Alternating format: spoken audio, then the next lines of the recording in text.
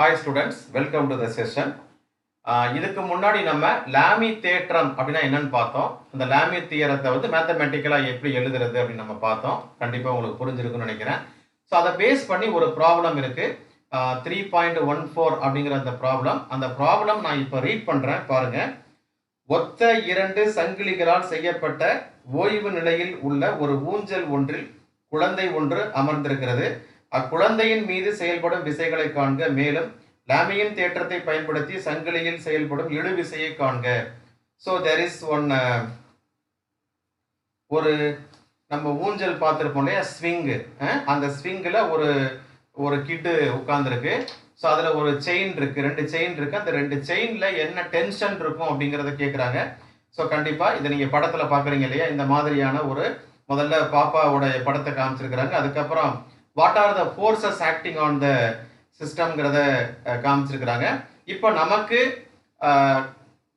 அதுக்கான free body diagram வரைஞ்சு பார்த்துட்டோம் அப்படின்னா we can solve easily. So பார்க்கலாம். நம்ம ஃபர்ஸ்ட் ஃப்ரீ பாடி டயக்ராம், அதுக்கு ஈக்குவலண்டான ஒரு ஃப்ரீ பாடி டயக்ராம். ஸோ இதுதான் வந்து பாப்பா உட்கார்ந்துருக்கிற இடம்னு வச்சுங்களேன். ஸோ 2 ஃபோர்ஸ் ஆக்ட் பண்ணுது, ரைட்டுங்களா? ஸோ இந்த இடத்துல இது சங்கிலி செயின், இது ஒரு செயின். அப்ப இந்த பாப்பாவோட வெயிட் வந்து என்ன ஆகும், கீழ் நோக்கி செயல்படும் இல்லையா? இது வந்து அந்த பாப்பாவோட weight. So W is equal to mgன்னு வச்சுக்கோங்களேன். அப்ப இதுல வந்து இந்த செயின்ல வந்து டென்ஷன் ஆக்ட் பண்ணுது. ஸோ இது ஒரு ஃபோர்ஸ், இது ஒரு ஃபோர்ஸ். நான் ஏற்கனவே சொல்லிருக்கேன், எல்லாமே வந்து டுவர்ட்ஸ் த சென்டர் வரணும் அப்படிங்கிறது கட்டாயம் கிடையாது. கண்டிப்பா வந்து ஃபோர்ஸஸ் வந்து வெளியிலையும் போகலாம் அப்படிங்கிறது. இப்ப இதுல பாத்தீங்கன்னா எல்லா ஃபோர்ஸஸுமே உங்களுக்கு வந்து வெளியில போகுது அப்படிங்கறத முக்கியமான பாயிண்ட். ஸோ இங்க வந்து இது சப்போர்ட் ஆயிருக்கு அப்படிங்கிறது நமக்கு தெரியுது. ஸோ இங்க வந்து இது வந்து ஃபிக்ஸ் பண்ணிருக்கோம் செயின். அப்ப இதுலயும் நமக்கு டென்ஷன் இருக்கு, இதுலயும் நமக்கு டென்ஷன் இருக்கு. கீழே வந்து டவுன்வர்ட் ஃபோர்ஸ் இருக்கு. இப்போ இது எல்லாமே வந்து பாத்தீங்கன்னா அன்பேலன்ஸ்டு ஃபோர்ஸஸ் அப்படின்னு நம்ம சொல்லுவோம். சமன் செய்யப்படாத விசைகள் அப்படின்னு நம்ம சொல்லுவோம். இதை வந்து நம்ம முதல்ல வந்து பேலன்ஸ் பண்ணணும். ஏன்னா சிஸ்டம் இஸ் அட் ஈக்குலிபிரியம், சமநிலையில் இருக்கு. அதனால நம்ம வந்து இதை பேலன்ஸ் பண்ணிடுறோம் ஃபர்ஸ்ட். ஸோ பேலன்ஸ் பண்றதுக்கு நம்ம கண்டிப்பா வந்து காம்போனன்ட்ஸா பிரிச்சாதான் பேலன்ஸ் பண்ண முடியும். எந்த காம்போனன்ட் எந்த ஃபோர்ஸை வந்து பேலன்ஸ் பண்ணுது அப்படிங்கறது அப்பதான் நம்ம தெரிஞ்சுக்க முடியும். ஏன்னா இது வந்து அன்பேலன்ஸ், அது கண்டிப்பா உங்களுக்கு தெரியும், ஆல்ரெடி நம்ம படிச்சிருப்போம். ஓகே, இதுக்கு நேரா வந்து நம்ம ஒரு பர்பெண்டிகுலர் லைன் போட்டுக்கலாம். இதுக்கு நேரா, அப்பதான் இட் மேக்ஸ் ஈக்குவலி தீட்டாங்கிற ஒரு ஆங்கிளை வந்து இது ப்ரொடியூஸ் பண்ணுது. ஓகே, இப்போ நமக்கு என்ன பண்றோம் அப்படின்னா, இது டென்ஷன் இல்லையா, இது ஒரு ஃபோர்ஸ், இது ஒரு ஃபோர்ஸ். அப்ப இந்த காம்பவுண்ட் நம்ம எப்படி ரிசால்வ் பண்ணலாம் அப்படின்னு பாத்தீங்கன்னா, இப்ப நீங்க லாமிஸ் தியரம் யூஸ் பண்ணணும் அப்படின்னா ஃபோர்ஸ் இருக்கணும், ஆங்கிள் இருக்கணும். That is very important. நல்லா புரிஞ்சுக்கோங்க. இது ஃபுல்லா 180 டிகிரி. அப்ப இங்க தீட்டா வந்துருச்சுன்னா ரிமைனிங் ஆங்கிள் உங்களுக்கு இது எவ்வளவுன்னு தெரியணும். ஏன்னா இது ஒரு ஃபோர்ஸ்னா இது அதர் 2 ஃபோர்ஸஸ். ஓகேங்களா? சோ அப்ப இது வந்து கண்டிப்பா இது 180 மைனஸ் தீட்டாங்கிறத நீங்க புரிஞ்சுக்கணும். That is very important. அப்ப அதே மாதிரி இந்த ஃபோர்ஸ் எடுத்தீங்கன்னா இங்க தீட்டா வந்துருது. அப்ப ரிமைனிங் ஆங்கிள் வந்து திஸ் இஸ் 180 மைனஸ் தீட்டாங்கிறது உங்களுக்கு தெரிஞ்சுக்கணும். That is very important here. அதே மாதிரி இந்த ஃபோர்ஸ் எடுத்தீங்கன்னா இந்த ஆங்கிள் டுகெதர் வந்து அப்ப என்ன வருது, தீட்டா பிளஸ் தீட்டா வந்து 2 தீட்டா அப்படிங்கிற விஷயம் வந்து உங்களுக்கு கிடைக்குது. Now it is very simple to solve இல்லையா? இப்ப காம்போனன்ட்ஸ் நீங்க பாத்தீங்க அப்படின்னா உங்களுக்கு கண்டிப்பா வந்து இதோட காம்போனன்ட் நீங்க எடுத்தீங்கன்னா இதோட ஹரிசாண்டல் காம்போனன்ட் வந்து இந்த இடத்துல t cos θ அப்படின்னு வந்துடும். ஸோ அப்போ இங்க வந்து இதோட வெர்டிக்கல் காம்போனன்ட் வந்து t sin θ வந்துடும். அது பேலன்ஸ் பண்ணும். அப்போ வந்து t cos θ இங்க இருக்கு. அதே மாதிரி இந்த t நீங்க ரிசால்வ் பண்ணும்போது இன்னொரு t cos θ வந்துடும். அப்போ டோட்டலி மேல 2t cos θ இருக்கு. அந்த 2t cos θ தான் உங்களுக்கு வந்து எதுக்கு ஈக்குவல் அப்படின்னு பாத்தீங்கன்னா mgக்கு ஈக்குவலா இருக்கும் அப்படிங்கறத ஞாபகம் வச்சுக்கணும். That is very important. அதே மாதிரி இந்த t sin θ இதோட வெர்டிக்கல் காம்போனன்ட் t sin θவை பேலன்ஸ் பண்ணிரும். That is also. அப்ப சிஸ்டம் வந்து உங்களுக்கு ஈக்குலிபிரியம்ல இருக்கு அப்படிங்கறத நீங்க அண்டர்ஸ்டாண்ட் பண்ணிக்க முடியும். இந்த பாயிண்ட் வந்து ஈக்குலிபிரியம்ல எப்படி சார் இருக்கும் அப்படின்னா இப்படிதான் இருக்கும். இந்த t sin θ இந்த t sin θவை பேலன்ஸ் பண்ணிரும்.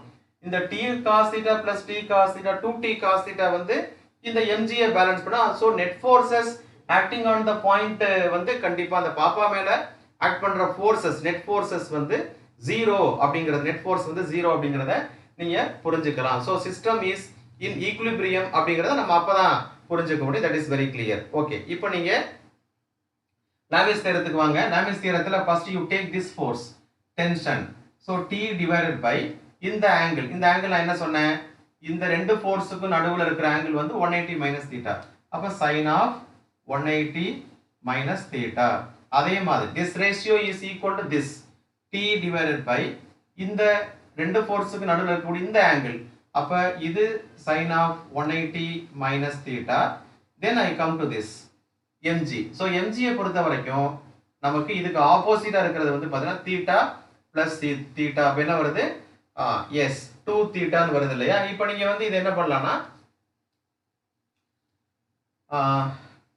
2t cos theta அப்படி எழுதிக்கலாமா?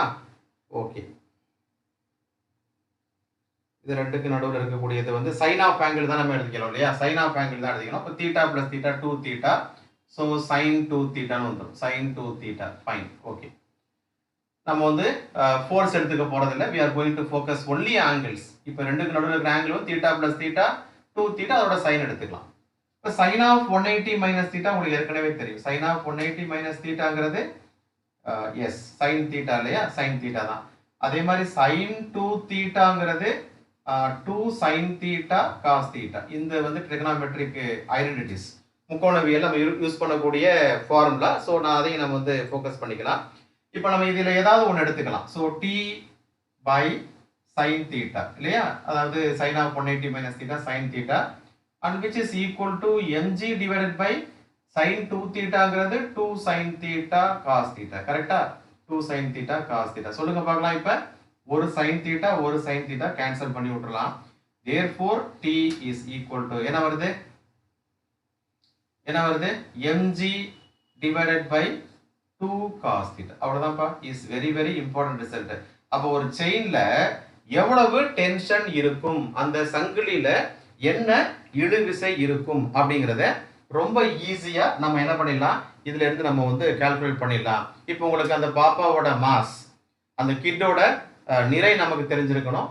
அதுக்கப்புறம் அந்த தீட்டா வேல்யூ, ரைட்டுங்களா? அந்த தீட்டா வேல்யூ தெரிஞ்சிச்சு அப்படி, எந்த தீட்டா? இந்த தீட்டா. இது தெரிஞ்சிச்சு அப்படின்னா இந்த செயின்ல வந்து என்ன டென்ஷன் இருக்கும் அப்படிங்கிறத நம்ம ஈஸியா கண்டுபிடிச்சிடலாம். So think of Lami's theorem. Lami's தியருடைய பயன்பாடு வந்து இதுதான். ஸோ இந்த மாதிரி there are so many problems practice பண்ணணும். ஏன்னா இப்போ நீட் ஜேஇக்கெல்லாம் வந்து பார்த்தீங்கன்னா லாமிஸ் தியரம் பேஸ் பண்ணி கான்கரண்ட் இது பேஸ் பண்ணி நிறைய வந்து கொஸ்டின்ஸ் கேட்பாங்க. So this is one of the important examples. So நல்லா ஃபோக்கஸ் பண்ணி இந்த ப்ராப்ளத்தையும் நீங்கள் ஸ்டடி பண்ணிக்கோங்க. அடுத்த கிளாஸ் மீட் பண்ணலாம். தேங்க்யூ.